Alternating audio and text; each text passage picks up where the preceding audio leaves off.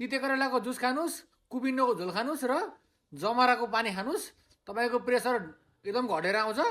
यस्ता औषधि खान केही नै पर्दैन भनेर एकजना आमालाई एकजना काकाले भन्नुभएको रहेछ। उहाँ आमाको प्रेसर अहिले कति थाहा तपाईँलाई? 220/140सम्मको प्रेसर अहिले। ल हेर्नुहोस् त। र उहाँलाई काकाले भन्नुभएको, आमाले चाहिँ होला भनेर खाना छोड्नुभएको औषधि। आज फार्मेसीमा आउनुभएको थियो, बाबु मैले त अब कुबिन्डोको झोल खान्छु, कम हुन्छ भनेर भन्छन् सबैले गाउँतिर, के गरौँ रे? यो अवस्था छ देशको। हेर्नु त एकपटक राम्रोसँग ब्लड प्रेसर चेक गर्नुहोस्, कति छ प्रेसर लगातार चेक गर्नुहोस् 1-2 हप्तासम्म।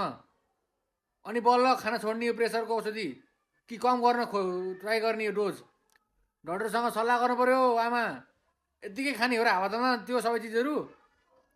त्यतिखेरलाई प्रेसर लो गराउँछ के नगर्ने होइन, तर कहाँ त्यत्रो प्रेसर लो गराउँछ त नि? यो भिडियो सम्पूर्ण आमाहरूसँग पुगोस् र मलाई फलो गर्नुहोस् सबैले ल।